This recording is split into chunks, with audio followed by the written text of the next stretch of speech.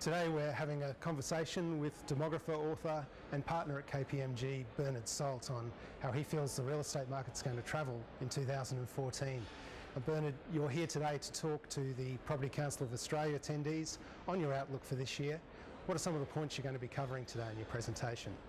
I'm in Brisbane to talk about the market outlook largely for Queensland, although I think that this also applies to Melbourne and Sydney.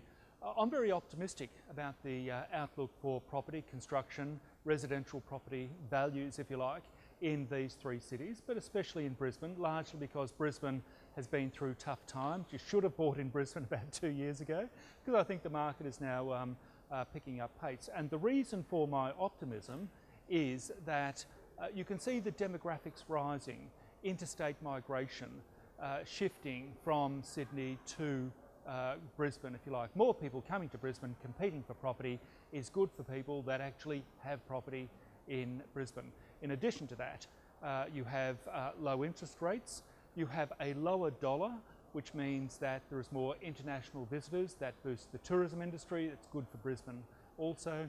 And it seems perhaps a little unkind to say this, but there is an absence of natural disasters.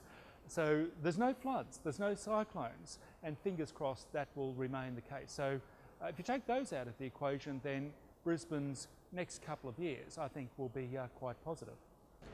Now, Brisbane and Perth are often talked about in the same breath as markets to watch this year. How do you think they're going to compare in 2014? The Perth market, I think, is more driven by mining activity.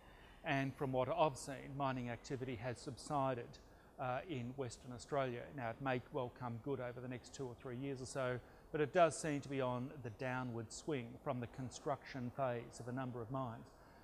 Brisbane, I think, is a little different. It went through the pain in 2010-11 with all of the natural disasters, the slowdown in migration. There was a change of government and massive state government cutbacks at that time. I think Brisbane has taken its medicine. It's been through the pain. You can see the demographics recovering. I think that Brisbane is a more ascendant market than Perth 2014, 15, 16. Now, it could be proven wrong here by a burst of activity coming out of the west, but I think in the short term, Brisbane is probably a better market. I don't think we're returning to boom times, but I think it's certainly better in the coming year than it has been over the last 2 years. Now, you've invested in property in Melbourne. You must be pretty pleased with how that progressed in 2013. How do you think it's going to go travelling into this year? Well, it is true. I have, in fact, invested in investment property in Melbourne, and I've watched with great interest the commentators say that there has been this burst of activity, the year after or 2 years after I've bought my property. But it hasn't converted into a change in the valuation, a significant uplift in the valuation of my particular property, which there's some disconnect between what the commentators are saying and what your particular property might be valued at. Then again, it might be just that particular valuer might have been particularly mean. I want a second opinion on my property in Melbourne. People often talk about Sydney as a very hot market last year, but there's a problem with sustainability. What's your take on how the Sydney market is looking to perform? My view of Sydney is that it is sustainable.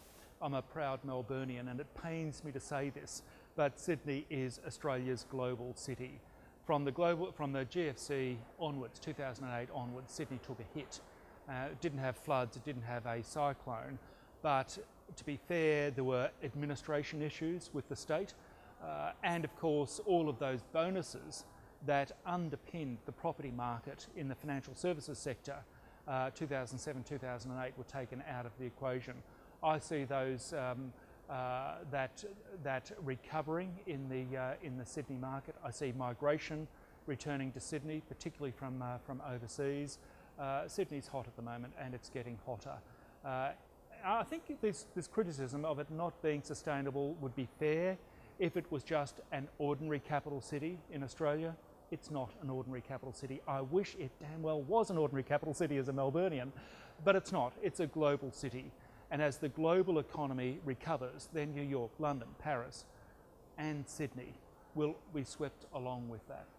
Now, you've identified a number of demographic groups in your career and you've come up with a new one, clumps. I was wondering if you could explain to us what clumps are and how they affect the markets they operate in. Yes, we have in fact talked about yuppies and dinks, all of these acronyms for the newest tribes of Australia. There's a new tribe that I've identified called the clumps, C-L-U-M-P. It is young people living together, cohabiting lovers, uncommitted to marriage or partnership. And if you have a lot of clumps in your city, then of course they're likely to be renters of residential property. They might then marry and take out a mortgage and have kids. But in the beginning there are clumps, then there are dinks, then there are yuppies, then there are empty nesters much later in life. So you can actually move through the life cycle, skipping from acronym to acronym, but the latest are the clumps. I like the clumps.